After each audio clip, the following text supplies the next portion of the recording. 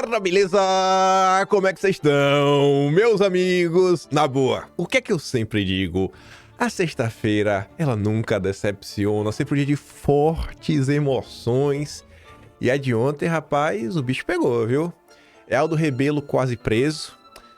Madrugada de hoje, a Globo também está mandando recado para Eduardo Bolsonaro falando que, cuidado aí, viu? Se você não quiser ser preso, parece que a Globo agora virou garota de recados. Temos que falar isso, notícia fresquinha.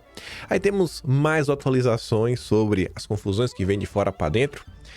Já estão falando até do Pacheco, rapaz, no meio da confusão. Que história é essa, né? Aí vamos falar rapidamente dos depoimentos de ontem, além do Aldo Rebelo. Vamos falar sobre o caso do Aldo Rebelo, tem muita coisa pra gente comentar. Ontem teve o nosso companheiro Ruizão de volta com tudo. Infelizmente não ao lado do Atushi, mas Ruizão tava lá para deixar bem claro. Bolsonaro está sendo perseguido e um dos setores que apoiam e trabalham pela perseguição de Bolsonaro, o setor dos bancos. E temos que falar deles na segunda parte. Ontem teve uma notícia aí que chamou muita atenção, não só pelo teor, mas porque ela foi apagada. A Veja fala aí de um recado que o judiciário recebeu da PF em relação aos bancos. E em qual contexto? CPI do INSS. Aí vamos falar sobre isso, vamos falar sobre o IOF, a defesa do IOF, a desdefesa do IOF, enfim, muitas confusões. E ainda vai faltar assunto que nem vai dar para comentar sobre hoje. Eu ainda quero comentar sobre o Derrite no PP. Quero falar do nosso companheiro Sabugosa, que vai estar lá no lead do Dória. E mais alguns assuntos, mas vamos lá que... Não vai dar nem pra comentar sobre isso hoje, mas eu tô avisando pra vocês que também aconteceu ontem. Ontem aconteceu mil e uma coisas e vejam só. O dia hoje começa com a Globo ameaçando Eduardo Bolsonaro de prisão. Bela Megali, uma das porta-vozes do establishment, às 4 horas da manhã de hoje, mandou aviso. Eduardo Bolsonaro entra na mira do Supremo após ameaça, né? É molecagem o que Eduardo Bolsonaro está fazendo. E o ponto tá ali, ó. Questionados se Eduardo Bolsonaro sofrerá punições por parte do Supremo devido às ações que protagoniza nos Estados Unidos contra o ministro, os magistrados afirmaram que hoje não há medidas no cenário, mas que isso pode mudar. Pode mudar. E aí o que a Bala Megali coloca na sequência para falar que isso pode mudar? Bom, após o Marco Rubio admitir que a gestão Trump pode aplicar sanções, o líder do PT na Câmara, Lindeberg Farias, entrou com a repreensão na PGR. Lindeberg solicita que o órgão analise a necessidade de prisão preventiva do Eduardo. Então pode mudar, viu, Eduardo? Você pode ser preso amanhã, irmão. Amanhã. Você é preso. Bela Megali te mandando um recado aí, viu? Fique esperto. O dia começa assim, hein? Tá no sábado. Vamos ver as próximas semanas, né? A gente vai estar aqui, ó, assim, olhando, né? Eita lele. Treta, viu? O Brasil tá demais. O pessoal aí tem que dar uma acalmada. E o povo tá brigando muito. Ai, o Estado Democrático e Direito não tá bem. Aí o Samuel Puncher, ele tava comentando aí que nas últimas horas, né? A FP, nossa Associated Press é AP. Eu não lembro qual que significa o AFP completo. Mas enfim, ele tá falando, né? Uma mídia internacional que muitas vezes até municia a Globo de informações. Quando você vê lá o nome do jornalista, muita matéria internacional, a Globo coloca, né? Por The New York Times. Ele só pegou a matéria do The New York Times, copiou e colou e traduziu. Mas a maior parte das matérias internacionais da Globo ou são da AP ou são da FP. Que é basicamente a mesma porcaria. Aí o Samuel Puncher diz, né? Esse texto da FP faz o destaque de uma ação específica do ministro, que é ordenar a suspensão da conta no Rumble, uma plataforma norte-americana, de um usuário que mora nos Estados Unidos e não no Brasil. Eu pude apurar hoje que esse fato não é um mero detalhe. Uma possível sanção do governo dos Estados Unidos contra o juiz brasileiro vai ser embasada em ações específicas, que envolvem principalmente extraterritorialidade. Não é só um bloqueio, é uma suspensão do perfil, é meio complicado, né? Aí, o Samuel Puncher traz aqui também um exemplo muito complicado também, viu? Minha Nossa Senhora. Ele tá falando que o procurador-chefe do Tribunal Penal Internacional, que foi alvo de sanções do governo Trump, ele perdeu acesso até o e-mail dele da Microsoft. O Hotmail não funciona mais. Rapaz, eu fiquei pensando nisso, né? Eu falei, meu Deus do céu, a quantidade de coisas que eu tenho. Coisa importante, por exemplo, login nas contas do governo, né? Pô, é meu Hotmail. Assim, as coisas mais importantes, tudo no meu e-mail. Eu fico pensando, rapaz, aí eu não, nem o governo mais eu vou conseguir responder ao governo. Pagar imposto de renda, pagar essas coisas. Eu falei, agora o que eu faço de minha vida? Ainda bem, né? Que, nossa, eu nem queria pensar num problema desse pro meu lado. Aí eu sou meu punch diz, né? Seu dinheiro em um banco do Reino Unido também foi bloqueado, já que a instituição financeira tem operações nos Estados Unidos. Bom, vários bancos brasileiros, né, também operam nos Estados Unidos. Confusão, viu? Ixi, mas esses meninos aí estão em busca de treta. Esses meninos aí, Paulo Figueiredo é outro, né? Tô só aqui noticiando. Acho tudo isso aqui errado. Segundo Caio Junqueira, Paulo Gonet e delegado da PF estão na mira de sanções dos Estados Unidos. Aí o Paulo Figueiredo fala o seguinte, ó, não acho que sejam só eles, mas outras figuras também. Como está a vida, Rodrigo Pacheco? Tudo bem por aí? A família aqui nos Estados Unidos está bem? Espero que ter impedido o Senado de votar tantos pedidos de impeachment tenha valido a pena. Essa fala aí do Paulo Figueiredo dá a entender, né, que o Rodrigo Pacheco também pode vir a ser um dos alvos de sanções. Minha Nossa Senhora, os próximos dias prometem, né?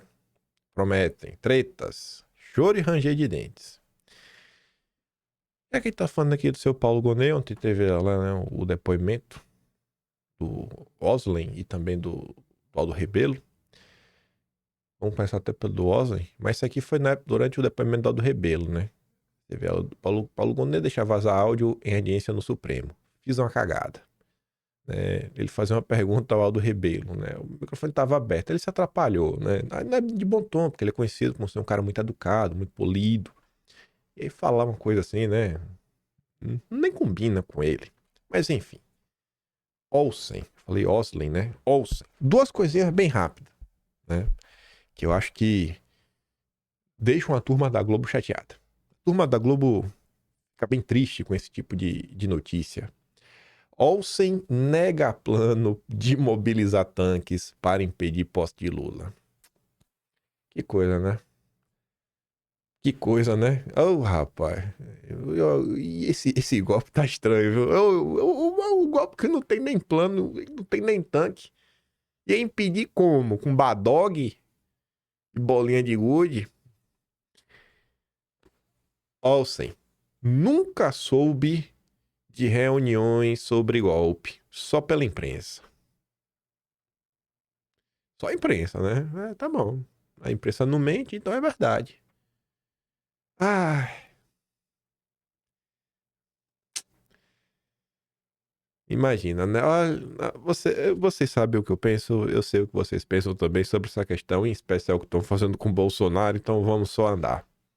Pra gente chegar no principal caso ao longo do dia de ontem, e eu vou tentar aqui trazer mais, sei lá, uma percepção, não sobre o fato em si, porque o fato é bem direto, mas possíveis repercussões dessa situação. Você vê, né? O ministro ameaça prender Aldo Rebelo por desacato em depoimento. Companheiro Aldo. Pô, Aldo. Não merece isso, né? Até o Aldo Rebelo agora vai ser preso. Aí, temos os vários e vários e vários comentários. Eu quero mostrar, por exemplo, aqueles comentários grotescos, que é da turma da Globo, defendendo a perseguição, defendendo que realmente Aldo Rebelo tem que ser preso. Tem que ser preso. A Globo e sua máquina de destruição. Começando aqui pela Natuza Neri, né? Veja isso daqui. Enquanto as redes sociais, o mundo acabava, Natuza Neri defendia que Aldo Rebelo tinha que ser preso. Basicamente isso. Natuza, Aldo Rebelo não se comportou? E também o que é se comportar? Eu não consigo dizer se ele se comportou ou não. Deixa eu primeiro dizer da dificuldade de avaliar a cena inteira. Eu não estava lá. A dificuldade de avaliar a cena inteira. Como é difícil, né? Como é difícil. Quando é pra avaliar o Lula, você não precisa estar lá. Porque o Lula, todos nós sabemos que é um homem santo. O Lula sempre está certo. O Lula sempre está certo. A família Marinho também. Mas o Aldo Rebelo é um golpista, então a gente não sabe, né? Então tem que ser muito cético na hora de analisar o que o Aldo Rebelo anda fazendo. Eu não vi qual foi o trejeito de Aldo Rebelo. Eu não vi ouvi qual foi o tom de voz de Aldo Rebelo. Eu não ouvi qual foi o tom de voz de Alexandre de Moraes. E isso, para mim, na análise política, é importante. Agora, vou então analisar, feito esse... Na hora de defender o Lula é importante, né? Aí é importante. Porque na hora que é pra descer a bolacha em Bolsonaro, aí não importa nada. Nada. Tipo, melhor dos exemplos. Bolsonaro tentando falar para as pessoas não esperar a falta de ar para procurar um médico.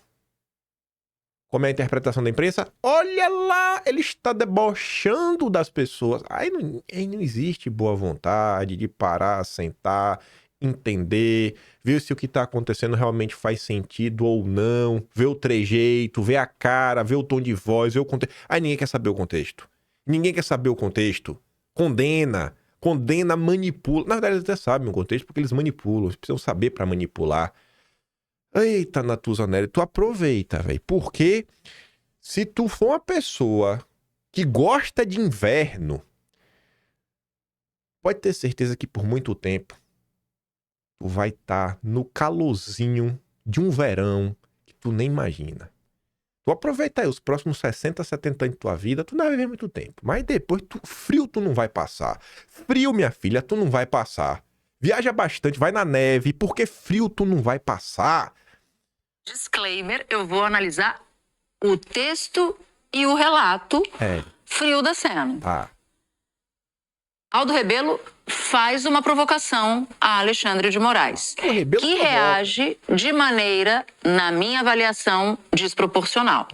Isso é o que eu consigo dizer a partir da leitura que eu vi ao longo do dia e do relato que a gente acaba de ouvir de Carla Lucena. Quando Aldo Rebelo fala em censura, ele está, na minha avaliação, mandando uma indireta para o relator do caso, insinuando que ele seria um censor. E aí o relator do caso, quando fala se comporte, está falando justamente pelo que ele entendeu, e a isso eu posso dizer porque apurei, segundo o relato de pessoas que conversaram com o Alexandre de Moraes com o episódio, de que Aldo Rebelo estava dando uma indireta para o juiz. Isso não se faz. Entendi. Ele pode... Então, ela apurou. Ela apurou as pessoas que conversaram. O Mindy falou, ele deu uma indireta para mim. Você conversou com o Aldo Rebelo? Não. Você não conversou com ele. Aí você vê, ó, até esse momento do vídeo, ela fala e para porque ela precisa medir as palavras. Mas agora que ela vai começar a atropelar o Aldo Rebelo, fala igual a metralhadora. Vai. Vai o que ele quiser. Ele pode, inclusive, fazer avaliação da língua portuguesa, mas ele estava dourando a pílula para Garnier.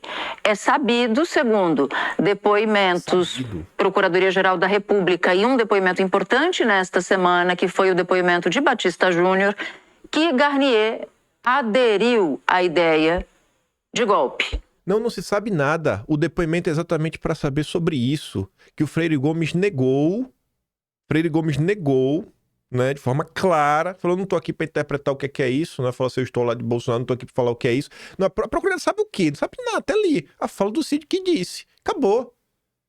Na hora de manipular contra Bolsonaro, esta senhora que frio não irá passar, frio tu não vai passar, tu aproveita muito essa vida e o que a família Marinho tá te dando ao troco da vida e do sangue dos brasileiros, porque um dia isso vai acabar. E tu vai pagar um preço que tu não imagina. Eu também não imagino, que eu não tô do lado de lá pra ver. Mas quando eu for, vou te visitar. Só pra judiar. Eu nem vou terminar de ver essa porcaria. Aí você vê... Nossa, eu tô uma raiva dessa turma da Globo. Por outro lado, temos aqui o bolsonarista Demetrio Magnoli, né? Cadê o nosso bolsonarista Demetrio Magnoli? Vai lá, Demetrio. Avaliar a língua portuguesa, naquele momento, atenha-se aos fatos. O Rebelo rebateu. Em primeiro lugar, a minha apreciação da língua portuguesa é minha e não admito censura. Moraes respondeu: se o senhor não se comportar, o senhor será preso por desacato. Rebelo respondeu o seguinte: estou me comportando. E o ministro Moraes disse: então se comporte e responda à pergunta. Mas qual era a pergunta? Onde é que eles chegaram nessa... Aqui, ó. O Rebelo depõe na condição de testemunha. Ele foi questionado se o Garnier, o ex-comandante da Marinha, teria colocado tropas à disposição do presidente da República. Mas o Aldo Rebelo não estava na reunião, não era do governo, realmente... eu vou apurar melhor, tá? Ele tem uma... Veja, ele não estava na reunião, não era do governo. Pode-se considerar boa, ruim ou média a declaração do Rebelo. Eu acho errada a declaração do Rebelo, eu acho, é a minha opinião. Mas eu acho que o fato não é esse. Testemunhas falam coisas certas, erradas, depois os juízes vão tomar as decisões. Mas ameaçar de prisão por um diálogo desse tipo, isso é de uma arbitrariedade absoluta. Ameaçar um ex-deputado, um ex-ministro, uma figura pública conhecida no Brasil, uma figura que sempre teve os melhores modos na vida pública brasileira. Eu sempre discordei bastante de Aldo Rebelo do ponto de vista político, numa série de questões, mas sempre foi uma figura pública respeitosa e admirável. Essa resposta não tem nenhum tipo de ofensa, não traz nenhum tipo de agressão ao juiz. A ameaça de prisão é uma arbitrariedade completa de Alexandre de Moraes. Tá vendo a diferença? Tá vendo a diferença da própria porcaria da Globo? É porque temos os bolsonaristas, né? Aí, eu lembro da play isso daqui. Aqui é basicamente narrando a fala tintim por tintim no Jornal Nacional. E eles sendo aquele tom de voz do Jornal Nacional, né? O mais impessoal possível. O que eu acho que vai pegar mal. Por mais que o Jornal Nacional pegou aquela foto feia ali do Aldo Rebelo. Nossa senhora. Parecendo que, sei lá, acharam que a cara dele é uma banana e resolveu foi uma banana batida. Eu acho que pega mal. Pega mal. Você leu 2 comentários. E aí eu trago um exemplo aí, sei lá, eu dou um caminho das pedras se vocês quiserem ver mais nas redes sociais. Mas o Eduardo Bissoto comenta assim, ó. Vai, ministro. Ataca um ex-presidente da Câmara, ameaça um ex-ministro de Estado, tenta intimidar um homem respeitado por todos os tons do espectro político. O que pode dar errado, né? O que pode dar errado? Vá, ataca, vá. Isso, vá lá. Só alguns exemplos. Chico Graziano, um inquisidor, abomino como cidadão e democrata a ameaça de prisão contra Aldo Rebelo. Não houve desacato algum, Aldo simplesmente deu sua interpretação linguística sobre uma frase. Censurá-lo por isso soa ditatorial e chega de autoritarismo judicial. Mas a Natuza Nera, ela conversou com o entorno, e ela conversou com o entorno do ministro, sabe que foi indireta? Ela sabe porque o ministro nunca mente. Aí você pega o Roberto Freire. Como é? Chegamos a esse ponto de um democrata da dimensão do cidadão Aldo Rebelo ser ameaçado de expressar suas ideias e pensamentos. Nossa total solidariedade. Se vocês forem nas redes sociais e vocês olharem perfis, na maior parte do tempo, quando se fala, né, no espectro da esquerda, que na visão da direita vai ser todo mundo de esquerda. Você pega o eleitor médio ali do Ciro Gomes, que está na rede social, que não é lulista mesmo, que ele é, assim, ele é convicto que ele é Ciro Gomes. Ele, inclusive, faz oposição ao governo Lula. Toda essa turma, assim, acha que é um total absurdo o que está acontecendo. Influenciadores também, né, dessas alas mais trabalhistas, mais nacionalistas, que falam, é um absurdo o que está acontecendo. Aí, eu podia trazer vários comentários, mas vou trazer só 2 aqui para complementar. E eu deixo esses exemplos aí. Eu acho que se vocês forem atrás na internet, nas redes sociais, vocês encontrarão exemplos disso daí. Pessoas, às vezes, que vocês já viram aqui em vídeo, outras pessoas como um todo. Mas, olha o comentário que o Josias Teófilo fez. Você acha que isso aqui não é no contexto do que está acontecendo com o Aldo Rebelo? E eu adianto até que o Josias, até por estar na cultura, ele lida com pessoas que não estão na direita. Um cara que o Josias se aproximou bastante é o Newton Canito, que é tido como cara de esquerda. Eu já trouxe certa vez um recorte do Newton Canito em um podcast que ele estava denunciando que na Lei Rouanet, né, assim, você primeiro tem a aprovação e depois você tem que procurar o patrocínio. Quem queira fazer, né, quem queira te ajudar a tirar teu filme do papel, o que quer que seja. E aí, o grande volume muitas vezes sai dos bancos. E aí o Newton Caneto denuncia que você pode ter o projeto aprovado pelo governo, mas você não vai conseguir realizar captação junto a bancos para fazer, por exemplo, um filme a favor do cristianismo, um filme verdadeiramente cristão. Jamais. O banco não vai apoiar isso. Então, assim, é aquele perfil de esquerda que não é a esquerda identitária woke padrão. Que eu acho que a maior parte de vocês hoje já consegue entender que existem essas bolhas no Brasil. Aí o Josias comenta: a radicalização do petismo e do identitarismo está provocando uma união sem precedentes entre a esquerda nacionalista e a direita conservadora. E é para mostrar para vocês até que nem todo mundo na esquerda pensa da mesma forma, eu peguei esse tweet que nem tem a ver com o caso do Aldo Rebelo, nem tem a ver com o assunto do momento, mas o Danilo Thomas é um cara declaradamente de esquerda. Economicamente, a pessoa que ele tem assim como um guia é a Maria Tavares. Maria, sei que lá, Tavares. Esqueci o nome dela. Economista heterodoxa, lá na Unicamp. E ele comenta assim, ó: muito se fala de quem recebe dinheiro do Soros, Ned, o Sage, e é fundamental que se fale, porque é o que a gente chama de globalismo, mas muita gente recebe dinheiro para defender os interesses da China no Brasil. A China não é um bom negócio. A gente só se ferrou com a seção chinesa. Um cara de esquerda não gosta do Soros, não quer ver o dinheiro da Ned, não quer ver o dinheiro da Sage, mas também não quer o dinheiro da China. Não, peraí, pô. Existem, gente. Existem pessoas assim no Brasil. Existem pessoas assim no Brasil.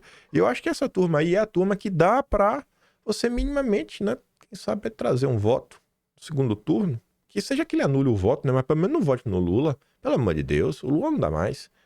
Gente, tudo que o Lula tá fazendo. Mas vamos continuar. O caso do Aldo Rebelo fala muito sobre a Globo, como sempre, né? Olha a diferença. Olha a diferença de tom. E depois vou mostrar o caso da Janja ontem. Ministro discute com Aldo Rebelo. Foi só uma discussão, né? Olha, eu vou te prender. Ah, estamos discutindo. Meu Deus do céu. Manchete da Veja. Ministro ameaça prender Aldo Rebelo. Vocês acham que foi uma discussão ou foi uma ameaça? O que é mais autoritário? Discutir ou ameaçar? O que é mais prejudicial à narrativa do sistema? Falar que o ministro discutiu ou que ele ameaçou? A Globo tá de qual lado? Aí você sabe a resposta. Isso é a Globo. Isso é a Globo. A Globo tem que ser fechada. A Globo não deve ter direito à propriedade privada. E ainda que vai falar, mas aí abre precedente. Tem que expropriar a Rede Globo. Eu tô 100% comunista das ideias em relação à Rede Globo. Tem que expropriar. Por mim, pode até dar pro Brasil 247. O Atucha até parece que é filho do Roberto Marinho, careca, meio feio assim. Dá lá pra Atucha. Aí você vê de novo, é o mesmo caso. Globo e Veja. Globo. Janja cita modelo chinês de regulamentação das redes que prevê prisão. Por que é tão difícil falar disso aqui? Matéria da Veja. Para Janja, modelo ideal de regulação das redes é o da ditadura chinesa. Qual matéria é mais próxima da realidade concreta? A da Globo ou da Veja? Quem que tá manipulando? A Globo ou a Veja? A Globo tem que ser fechada. Ter seus bens expropriados. E, inclusive, pagar uma multa, porque só expropriar não é o suficiente. A Globo precisa ser responsabilizada por tudo que ela vem fazendo. Tudo, tudo. Não só de agora. Não só do golpe que ela deu contra Bolsonaro, né, de 2018 para cá, até antes também. A Globo tem que ser responsabilizada. Nesse país, né, eles não falam tanto isso. Quando não pune, né, você permite que as confusões continuem a ocorrer. Então, para a gente parar de ter essa confusão, a gente tem que realmente responsabilizar a Globo. Para o jornalismo voltar a ser sério. Aí aqui, ó, a falta da senhora primeira-dama. Fala rapidinho aqui. E o presidente Xi falou, inclusive, que eles também têm problemas dentro da China. Apesar de ter uma regulação muito forte lá, só pode usar a tela a partir de 11 anos com um horário específico, não pode ter rede social, tem toda uma regulamentação. Ele disse, se aqui não seguir a regra, tem efeito, tem prisão, sabe? Tem toda uma legislação. E por que é tão difícil a gente falar disso? Aí o presidente Xi falou, inclusive, que eles... Tu vê que ainda é pior, né? Porque ela fala de prisão, a próxima falar, ó, se tu acessou a tela, tu tem menos de 11 anos, essa é a regra. E se você não cumprir a regra, você é a prisão, ou seja, né? Você aí, pai, seu filho, 10 anos de idade, pegou o celular, começou a assistir, o governo descobriu, você vai preso. Você vai preso porque o seu filho está assistindo o celular. É o contexto que a gente apresenta o assunto. Olha só. Veja só. E a Globo passando pano. Aí tá ali, ó. Até os liberais agora em choque. Por que é tão difícil a gente falar disso aqui? Te respondo, Janja. É difícil porque aqui é uma democracia. E em democracias, as pessoas discutem temas, nem sempre o que um político quer o povo aceita. Diferente de uma ditadura de partido único, onde o povo aceita para não morrer. E o Samuel Pancha complementa. A primeira-dama questiona com todas as letras na frente das câmaras porque é tão difícil falar disso aqui, referindo-se à regulação censura feita pela ditadura chinesa. Apesar de ter uma regulação, né, muito forte lá, ele disse, se aqui não seguir a regra, tem efeito, tem prisão, sabe? E tem toda uma legislação. E por que é tão difícil a gente falar disso por aqui? E aí, pra gente dar um passo pro próximo tema. Eita, o Ruizão ontem tarde demais, viu? Nossa, saudade dele assim, viu? Tinha tempo que ele tava aí, parece que ele até tava brigado com o Bolsonaro. Parece que voltou a fazer as pazes. Olha cá. Porque assim, eu estou falando com relação a isso, por exemplo, corte de gastos, mas a autonomia do Banco Central também, né? Onde eles puderam cortar, eles entraram, né? E engessaram de alguma forma. Não, eles colocaram um quadro totalmente engessado para a administração da economia, né? E o governo Lula não tem força para quebrar nada disso, né? Então, nós estamos nessa situação. O governo Lula vem perdendo popularidade, né? O Bolsonaro está sofrendo um processo aí que já é um processo de cartas marcadas. Todo mundo sabe que os juízes já condenaram o Bolsonaro, estão só fazendo um jogo de cena lá. Então tira o Bolsonaro da eleição, tira o Lula da eleição, e aí vai vir o salvador da pátria. Só que o salvador da pátria não é salvador da pátria, é salvador dos bancos. Dos bancos, né? Botei, né? Um dos setores que trabalham para Bolsonaro ser excluído das eleições de 2026 são os bancos. Denunciou o Ruizão. Tem que tirar Bolsonaro. Tira. No julgamento de cartas marcadas, o Ruizão defende mais Bolsonaro que a direita permitida. Mas vamos falar dos bancos. Vamos falar dos bancos. Ontem, rapaz, essa notícia da Veja, ela já chamou a atenção. E chamou ainda mais a atenção após ser apagada. Por alguma razão, a Veja esqueceu de apagar o tweet, né? Graças a Deus. Que deu tempo de bater o print bonitinho com o horário certo. Escândalo do INSS. Polícia Federal alerta Barroso sobre risco ao setor bancário. Tem quantos dias que nós estamos falando do interesse dos bancos? O interesse dos bancos. Bancos. A relatora dos bancos. Bancos entram em campo para minar CPMI. Tá até nos títulos dos vídeos. A gente já comentou umas 4, 5 vezes. Aí agora, olha, rapaz.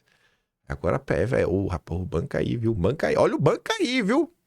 Aí o pessoal foi rápido. Bateram um print da notícia. Graças a Deus. Notícia até curta. Dá pra gente ler. A Veja apagou, mas tá ali, ó. Em reunião na quarta-feira, dia 21, com o ministro da CGU, o presidente do Supremo e o vice-presidente do Supremo, né, o Edson Fachin, ouviram de investigadores da PF que não pararia banco de pé se a investigação avançar sobre a oferta de crédito consignado com descontos em folha. Não para banco de pé. Eita!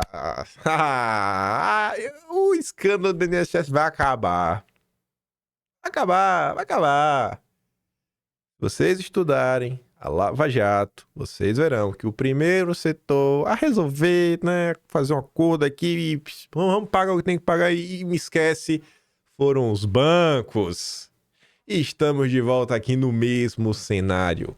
E assim, essa matéria da Veja é bem curiosa, porque tem um jornalista que assina, não colocaram redação. Eu não acho que um cara ia dar uma notícia dessa, né, à toa. Ele consegue citar o dia que aconteceu. Ele consegue citar quem estava na reunião e o que foi discutido.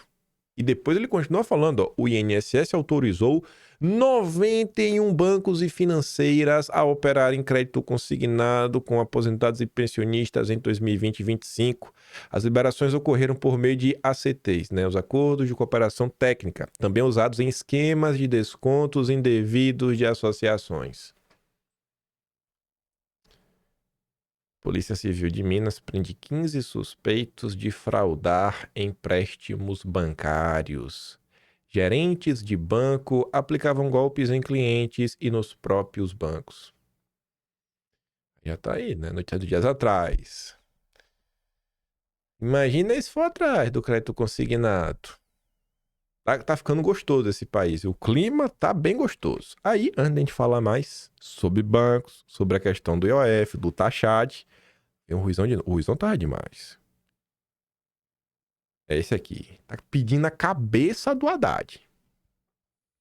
Com esse negócio do IOF aí, voltou a campanha do negócio do Pix, né, das blusinhas, todas as loucuras que o Haddad fez. O Ministério do Haddad, a gestão econômica do Haddad, é uma gestão econômica que está voltada para os interesses dos bancos internacionais. Não há dúvida sobre isso. Né? Aí, né? O que fazer? Nós falamos anteriormente, precisava tirar o Haddad, mudar, dar um cavalo de pau nessa política econômica. O Lula não vai fazer isso. Lula não vai fazer isso, né? O governo Lula está a serviço dos bancos e os bancos internacionais ainda por cima. O único jeito é demitir o Haddad. Você discorda dele? Eu não discordo. Estou 100% de acordo. Aí vamos lá, né? Bancos. O governo a serviço dos bancos. Não deu pra gente comentar ontem, e essa confusão teve novos episódios. E começou mais ou menos aqui. Renan Filho do Renan Calheiros, pulou na frente do Haddad da Simone Tebet e começou a falar que vinha, né, um presente para o Brasil. E a Veja noticia. Governo vai aumentar a IOF para ter arrecadação maior. Grande dia. Grande dia. Né? Você piscou e o taxado te taxou. Só que não para por aí. O governo não só está te taxando a mais, o governo só quer aumentar a arrecadação. O governo vai congelar 31,3 bilhões do orçamento e elevar o IOF. O governo corta enquanto aumenta imposto. E, gente, olha só, falar mais uma vez. Não tenha uma visão dogmática. Não olhe as coisas como se fosse, né, uma lei universal, imutável, que é a verdade de Deus escrita lá no Monte Sinai, nos 10 mandamentos. Não é assim. Não é assim. Toda santa vez, é sério, eu não consigo lembrar quando se falou em corte de gastos, congelar orçamento, que esse corte realmente foi onde precisa ser cortado. Onde é que precisa ser cortado? Na minha concepção, tem que ser cortado do alto funcionalismo público. Essa turma que está ganhando agora salários, que está aparecendo com frequência na imprensa, acima de 100 mil reais. Gente recebendo, às vezes, no mês, 600 mil reais. Eu acho que tem que cortar daí. Onde mais?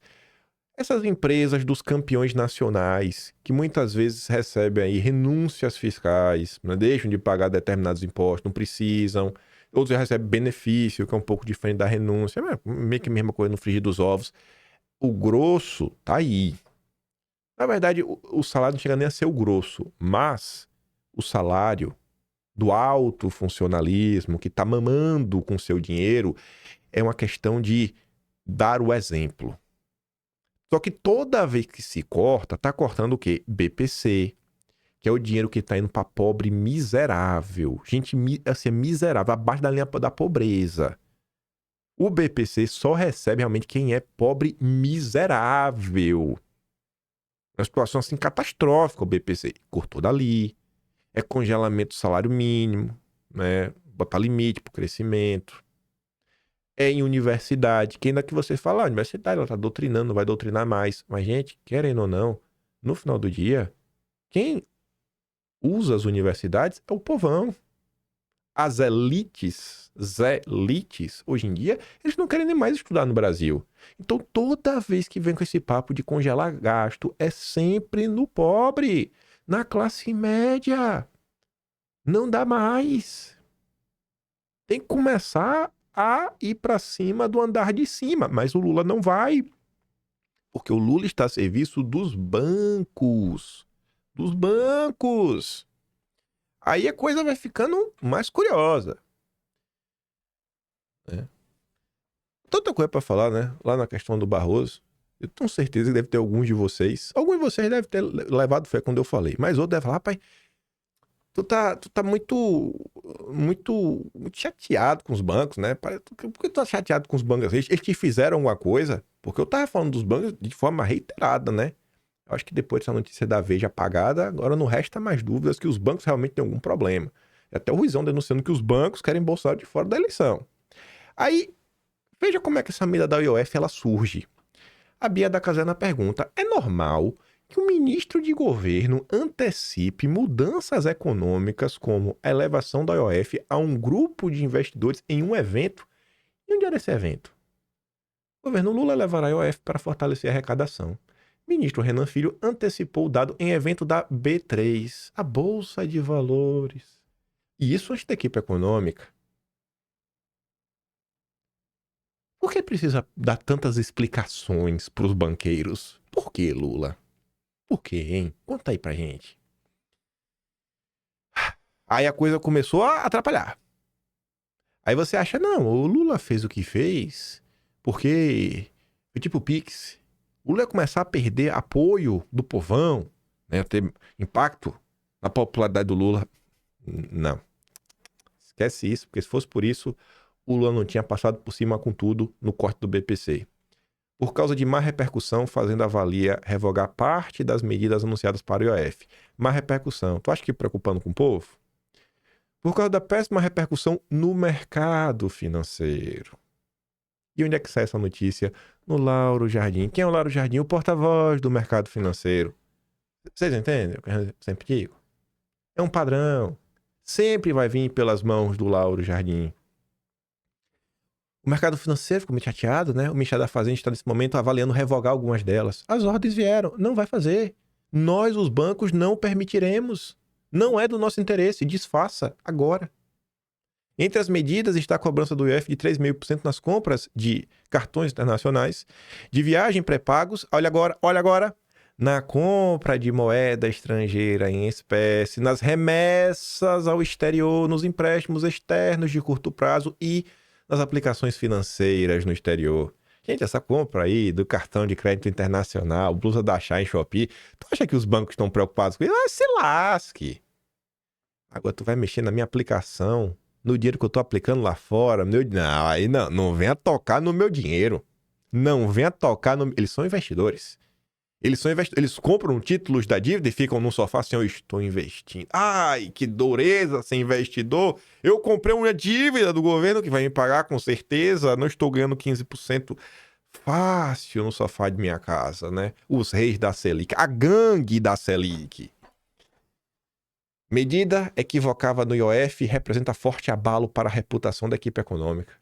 Agora abala a equipe econômica. Essa equipe econômica tá de boa. A equipe econômica do governo é respeitada pelo mercado. Aí agora abalou. Por quê? Porque tocou nos interesses dos bancos. Não dá. Simplesmente não dá. Se por um lado é melhor reconhecer o erro e recuar rapidamente, por outro, fica a impressão de improviso e pior, de que os técnicos da Fazenda não conseguiram antever o que vinha pela frente. Aí a Thalita pergunta, cadê Zetolândia se manifestando com a nova atrapalhada do governo? Estou no aguardo. Aqui em Zetolândia. Após o governo recuar, andar para trás, a Globo News, a casa do PT, leva quem?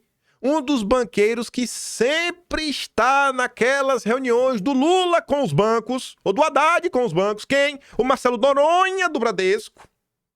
É sempre ele, o Leão, o Esteves, do BTG, o Isaac Sidney, da Febraban, normalmente o Trabuco, que também é do Bradesco, mas vai na cadeira da Febraban.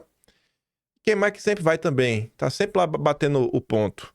E o cara do Itaú, que eu não lembro o nome agora. É sempre esses. Aí tá ali, né? Foi importante que a Haddad tenha dado um passo atrás no tema dos fundos. No dos fundos. Lá, ó, o IOF lá do pobre, da classe média, mas que lasque. Agora os fundos não. O meu dinheiro não, Haddad. Porque ele não ia arrecadar e os fundos iam perder a sua condição de operar. Se mexer uma vírgula, o mercado financeiro quebra. Uma vírgula, o mercado financeiro quebra. O Haddad, né? Do lado da economia, tivemos ontem boas... Aí depois... É só notícia boa. Não, olha isso aqui. Vamos ver. Vá, Noronha. Eu acho que foi importante que o ministro tenha dado um passo para trás no tema dos fundos, porque ele não ia arrecadar e os fundos iam perder a sua condição de operar. Isso não fazia sentido. Foi o primeiro item também que eu sugeri na mensagem que eu lhe passei, né? Eu sugeri na mensagem que eu lhe passei. Imagina, o Haddad tá aqui, ó. CEO do Bradesco. Haddad, não, Haddad, não. Imagina, eu lhe passei. Olha, eu falei no vídeo, ou foi ontem, ou foi anteontem, aqui neste canal. No canal secundário eu falei hoje, no meu hoje. Era pra vocês ontem à noite. Eu falei, não dá mais. A gente tem que, assim, olhar para as questões no Brasil e começar a se analisar que não dá para o poder econômico ditar o poder político. Não dá. Não dá. O poder político é o poder político. O poder econômico é o poder econômico, irmão. Vai lá, ganha teu dinheiro. Mas o poder político no Brasil é exercido pelo poder econômico. O ministro recebendo mensagem do que fazer do CEO do Bradesco.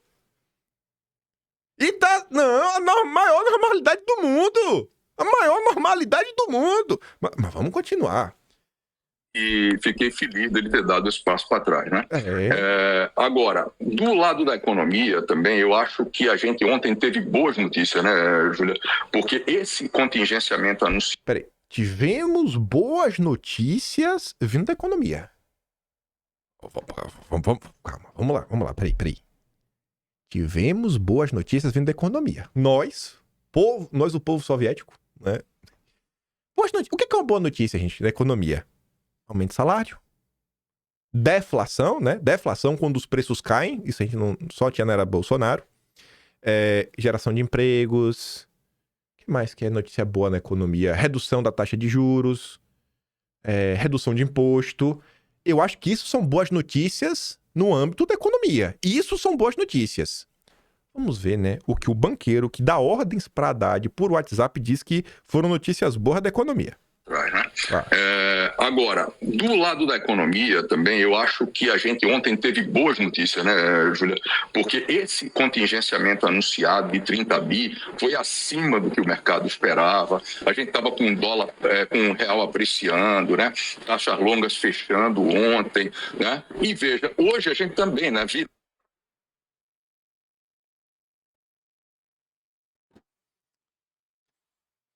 A gente tem que começar a discutir uma política séria de expropriação. A Globo só não basta, não. A boa notícia da economia é que o governo Lula vai cortar. Vai cortar mais do que o mercado queria. Cortar de quem? De pobre. Da classe média. Isso é uma boa notícia. Lá que celebre. Celebre aí, vá.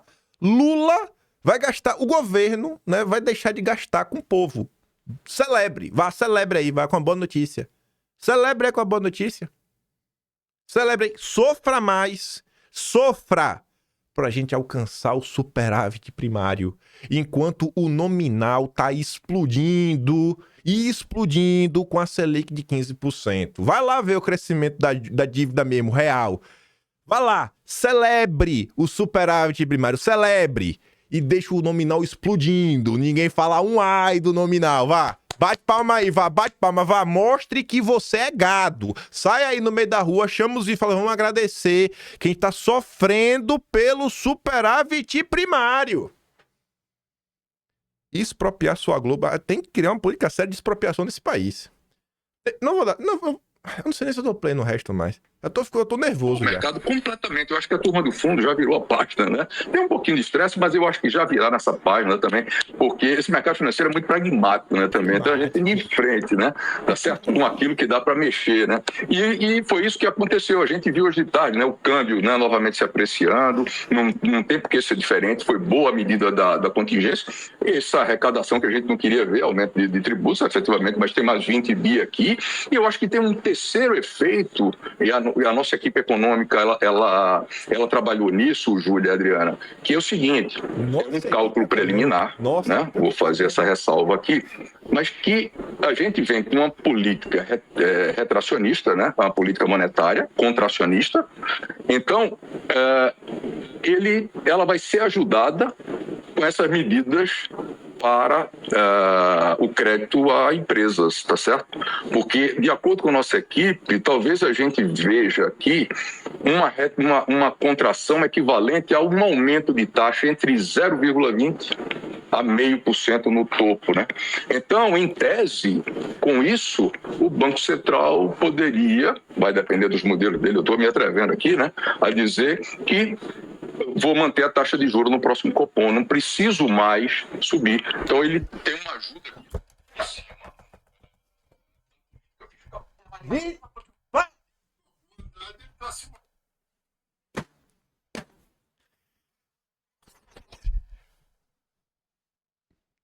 A notícia boa é que não precisa mais aumentar os juros, que vai ajudar a política contracionista. E não precisa... olha, a próxima reunião do grupo pode manter aí os 14,70. Não precisa aumentar não, Galípolo. Não precisa botar 15% não. Rapaz, velho. Não dá, velho. Não dá.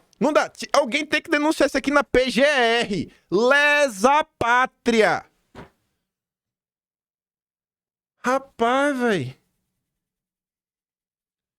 É surreal.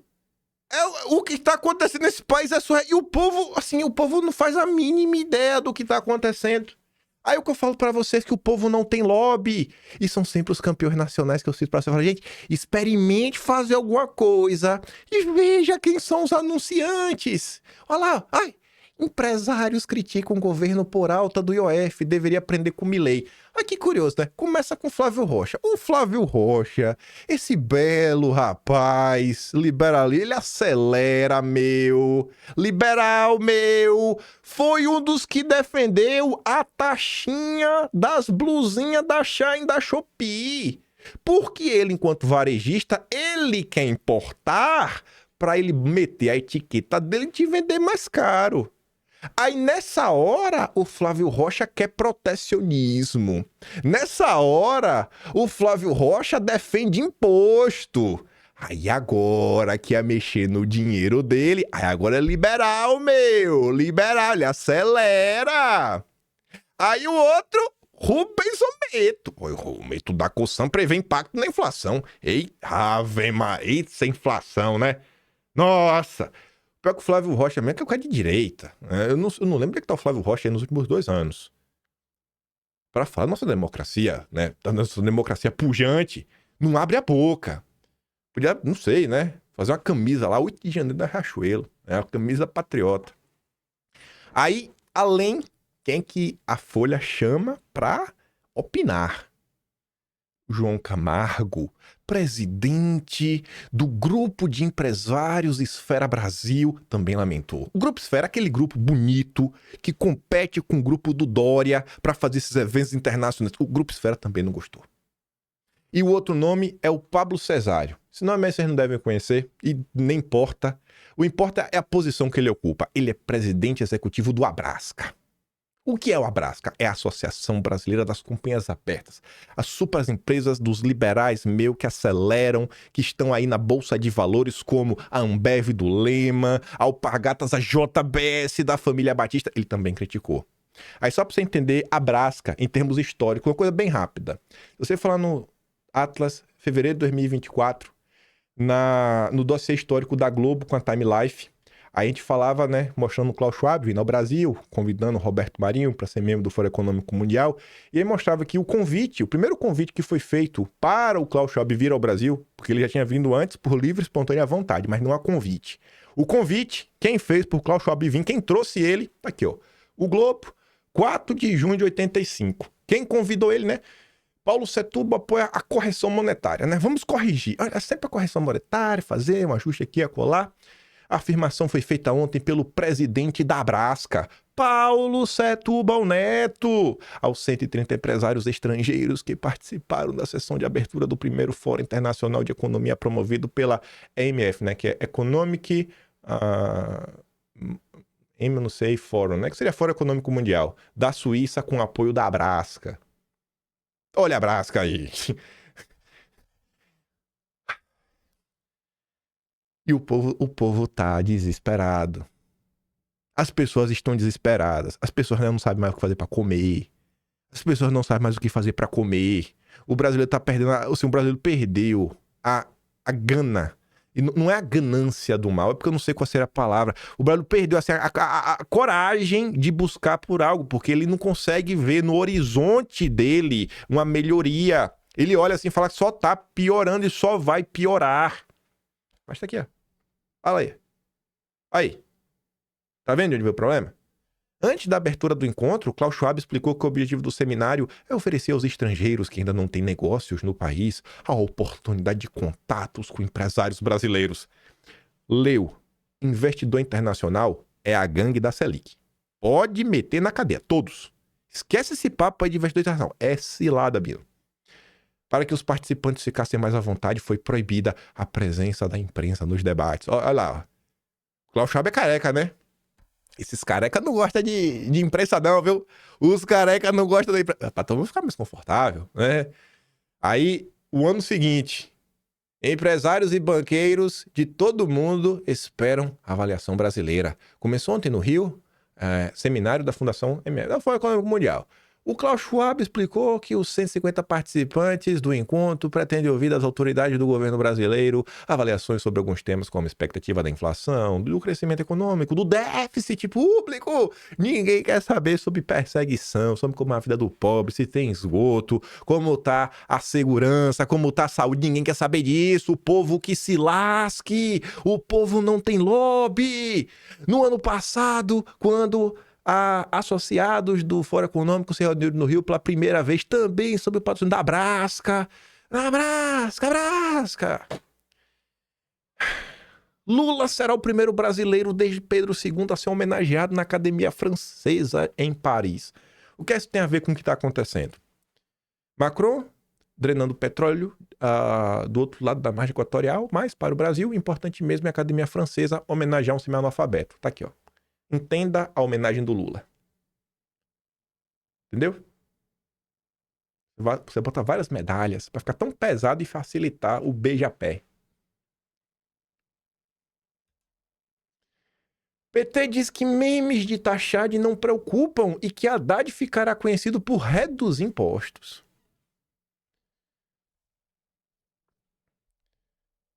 Eu não aguento não, velho.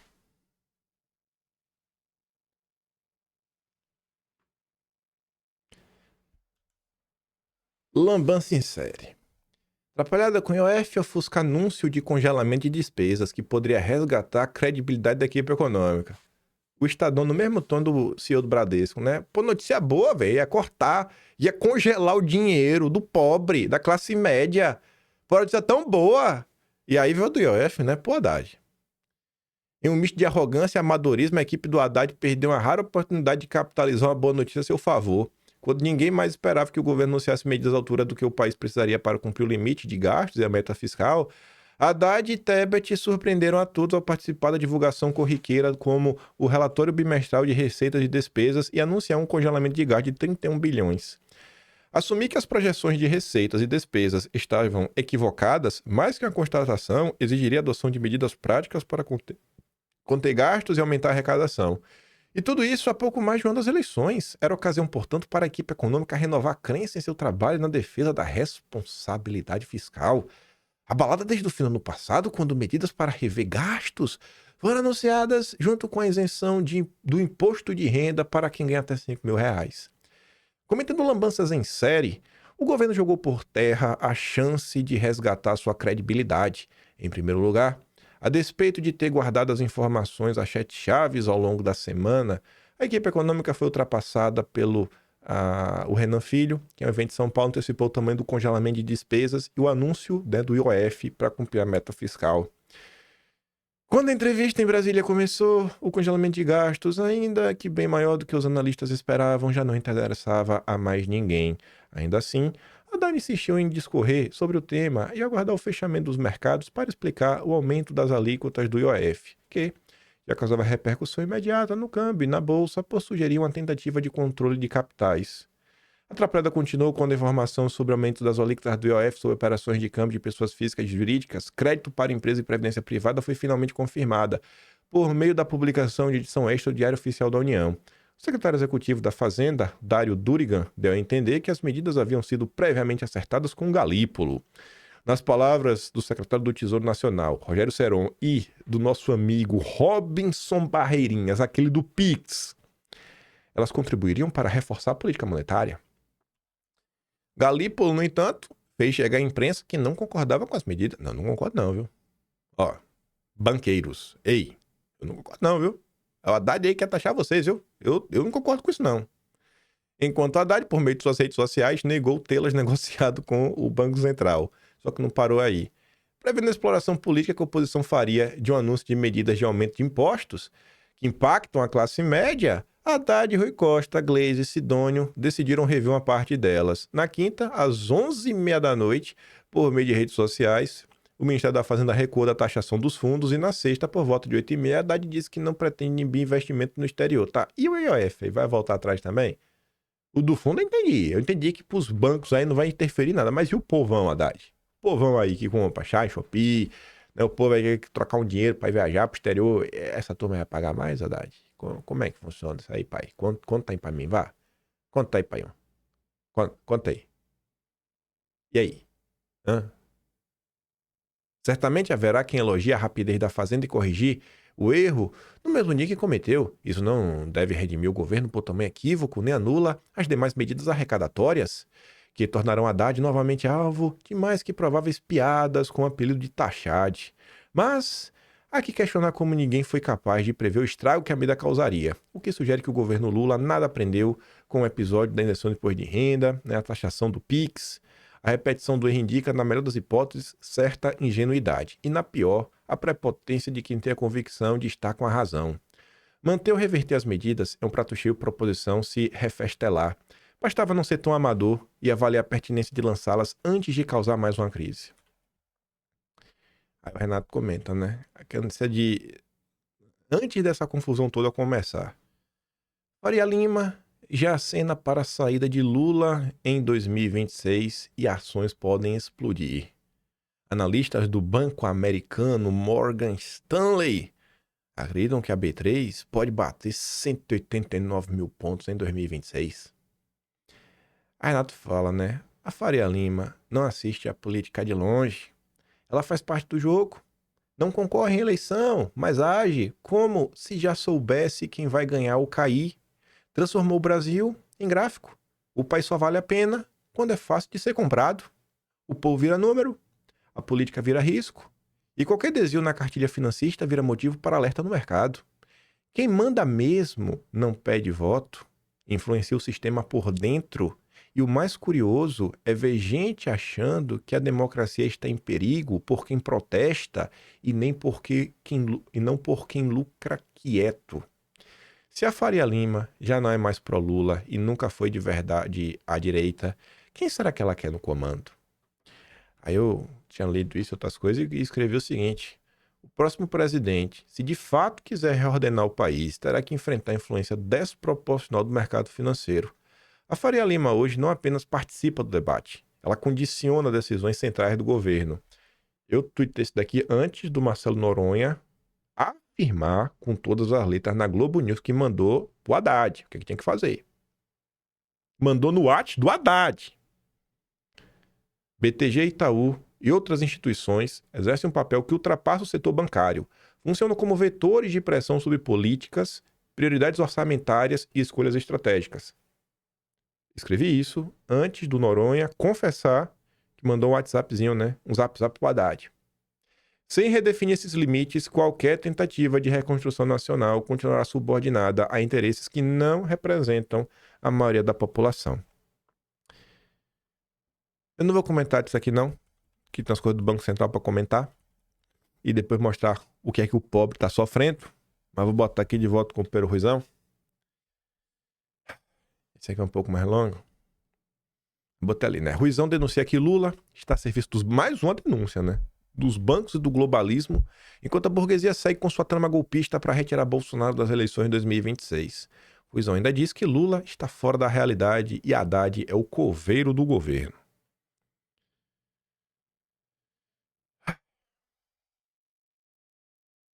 Mostrando aí, né, como coveiro do governo Lula. É chato de falar, eu sei que muita gente que está assistindo aqui a nossa conversa vai ficar chateado com isso, né? Alguns vão ficar indignados, mas é a grande realidade, né? Agora ele aumentou o IOF para envio de dinheiro de pessoa física para o estrangeiro. Aí triplicou, na realidade, o IOF. Aí o mercado financeiro chiou, ele tirou só do mercado financeiro. Quer dizer, está fazendo força para ser um governo impopular, né? Esse contingenciamento de verba aí, ele ataca verbas que são essenciais, por exemplo, a educação, né?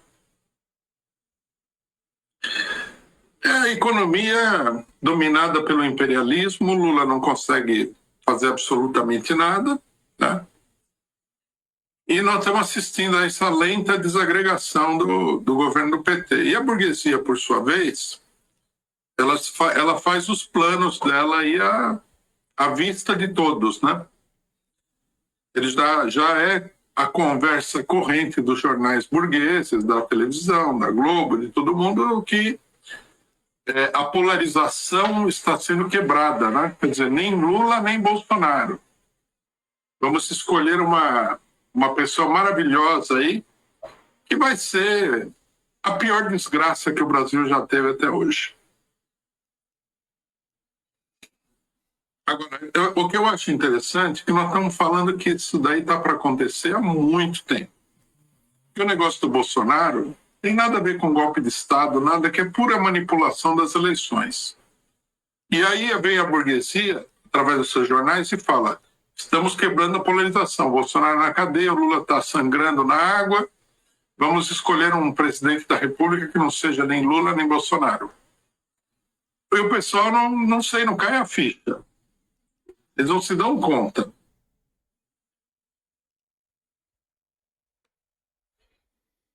E o Lula também está meio fora da realidade, né? O pessoal não se dá conta que essa história de nem Lula nem Bolsonaro, velho, sobra, né? Enfim, confusão. Eu nem ia falar disso hoje, porque eu sei que não dá tempo. Mas acho que se eu falar hoje, por isso que eu não quis falar do Banco Central, vai fazer mais sentido e eu nem preciso falar muito. Me perguntaram o que eu achei da questão do Derrite. Derrite, enquanto pessoa, não tenho nada contra ele mesmo. Sempre teve aí mais à direita. Só que o lançamento aí o que chamou a atenção aí, muita gente falou da questão do Derrite, eu acho que essa manchete da Folha de São Paulo diz muito, é o seguinte, ó. Evento que projeta Tarcísio Planalto irrita bolsonarista e sofre boicote. O pessoal colocou, né, essa manchete, já estão puxando pro lado do Tarcísio, mas se você olhar, acho que a palavra seria assim, ó, sofre boicote. O que a imprensa quer falar com sofre boicote? Quando vocês olham a imagem do palco, vocês se perguntam, cara, cadê os bolsonaristas no palco? Sabe? A turma assim mais à direita. Até a turma que tá no PP mesmo lá, né? O seu Evair Melo, bota lá, um cara mais de destaque, é um cara que realmente é à direita, né? Desde o governo Bolsonaro 1, 2019 já tava ali realmente batendo de frente muita coisa, um deputado do Espírito Santo. Assim, você pergunta, né? Então o pessoal achou que, sei lá, devia ter um pouco mais de bolsonarista, ainda mais que era lançamento de uma frente ampla de direita, né? para derrotar o Lula. Essa frente ampla tem 10 ministérios no governo Lula, né? É meio curioso. Só que o que eu quero comentar desse caso, o que eu fico assim, né? E eu acho que vocês conseguem entender que eu discordo assim, mas acho que eu sou bem intencionado e que eu falo pra você, cara, eu não quero um governador democrático. Eu não quero um governador democrático por uma razão. Eu trouxe essa postagem aqui da Folha de São Paulo não por causa da manchete. Não foi por causa da manchete. Eu peguei só por causa do boicote, mas não por isso. A primeira matéria que eu vi sobre esse assunto foi a que eu mais gostei. Porque matérias na imprensa é um conjunto de coisas. É o jornalista, é o horário que a matéria é publicada, por qual veículo de imprensa, o que está por trás. E vocês veem que isso é uma coisa que é do meu feitio. Eu sempre estou falando sobre isso, apontando essa questão, tentando falar, olha, gente, a gente acabou de falar agora mais cedo do Lauro Jardim, por exemplo. Olha, matéria da Folha de São Paulo é um jornal que lida com a questão política. A preocupação da Folha de São Paulo é a questão política, esquerda e direita, Lula, Bolsonaro, nenhum nem outro, enfim. Aí você vê, olha como é a foto, deram um destaque pro Tarcísio, o Derrite do lado, nossa missão. A imagem de fundo, nossa missão.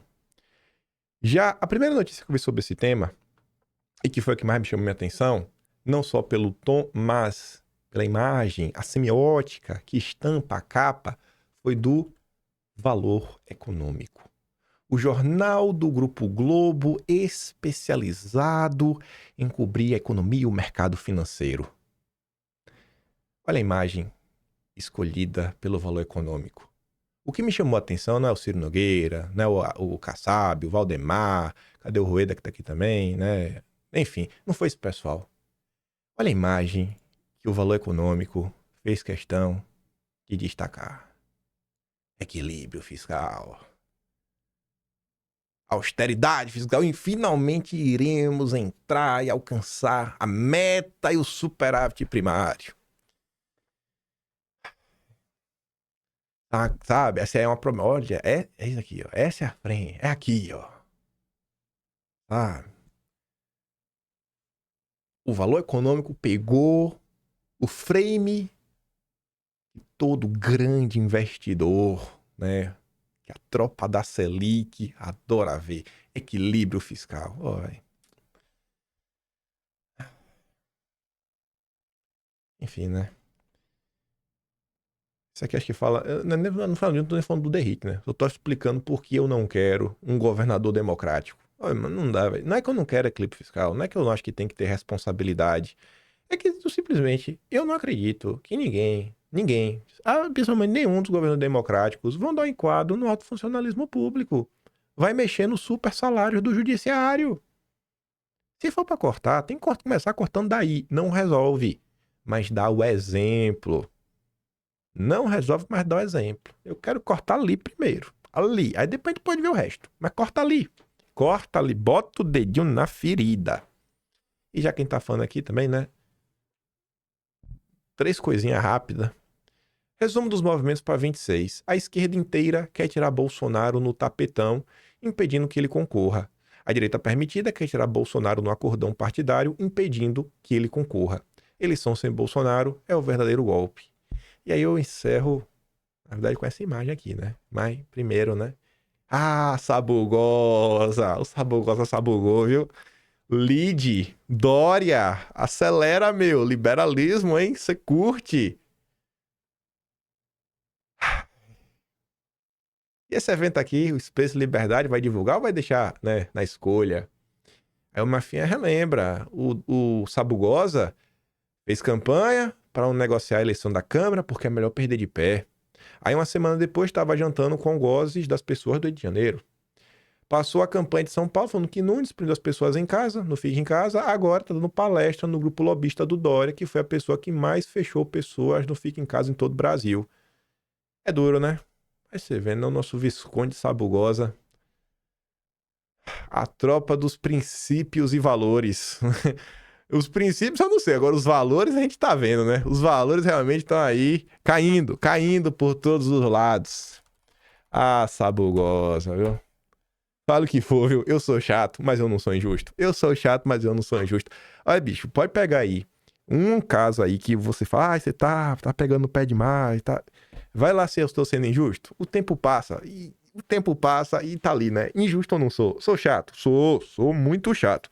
Mas eu não sou injusto. Ai, confia aí, vá no Zema, no Partido Novo. Ai, meu Deus do céu, véio. Eu não aguento isso. Enfim, né? Enfim. Eu vou mandar os vídeos que eu dei lá no Telegram. Link tá na descrição. Se gosta do meu trabalhinho, quiser dar um pouco mais, passa no canal, tem um botão de valeu, tem um Patreon na descrição e tem o Atlas Brasileiro, kimpen.com.br, onde vamos registrar, né? Tudo isso e muito mais. Aquele grande beijo e abraço. Tamo juntos. Vejo vocês amanhã. Fui!